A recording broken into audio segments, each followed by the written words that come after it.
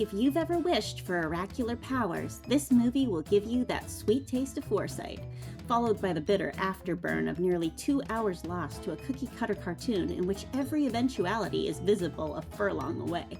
All I have to say, if you haven't wasted your time on this yet, is run as fast as you can.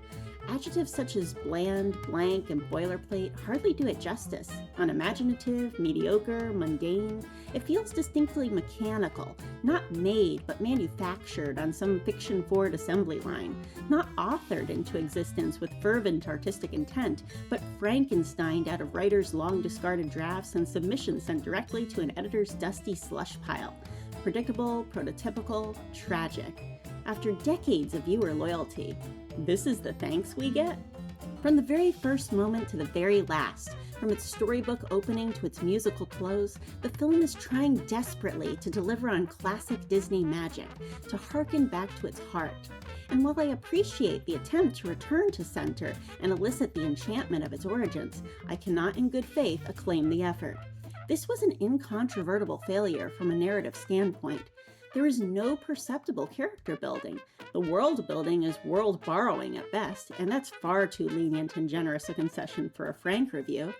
Did anyone watch this and not know immediately, by means of basic human intuition, that the heroine was walking into a never meet your hero situation, that the one friend absent from the festivities was the traitor, that the goat was going to get everyone's goat 2 seconds into its sporadic stand-up routine? Every joke, caprine or otherwise, falls decidedly flat, because it lacks the delicate timing and the element of surprise on which humor relies, not to be confused with randomness, which it undoubtedly achieves. There are allusions aplenty to Disney animated filmography, none of which are necessarily superfluous or out of place. Lifting the entire story from their existing library, masterfully arranged in a novel mosaic, would have been a perfectly valid move, a strategy that might have even saved this cluster farce.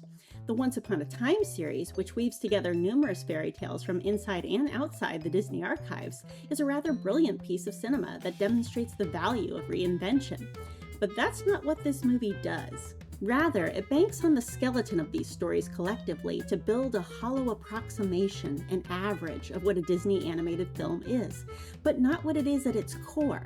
This is scaffolding, essentially. It's where good writers often begin, but it is most certainly not where they end. In fact, the entire ethos of this film seems to be Disney is nostalgic AF. I don't know about the rest of Disney fans, but I sure AF didn't wish upon a star for this. Return to Blue Fairy. I've warned writers before and I'm warning them again. This is what happens when quality takes a backseat to quantity. Though in this case, quality isn't so much relegated to the backseat as bound and gagged in the trunk. Someone else, anyone else, take the wheel. Disney has gone full Groundhog Day and is driving itself off a cliff, fueled by excruciating monotony and loss of purport. Once upon a time, Disney set out to make great art, irrespective of the monetary rewards, even risking ruin on a passion project. That era seems to be behind them, despite their rather sad endeavors to resurrect the spirit of the age. Let this be a lesson to all artists. You can't ensoul a cash grab.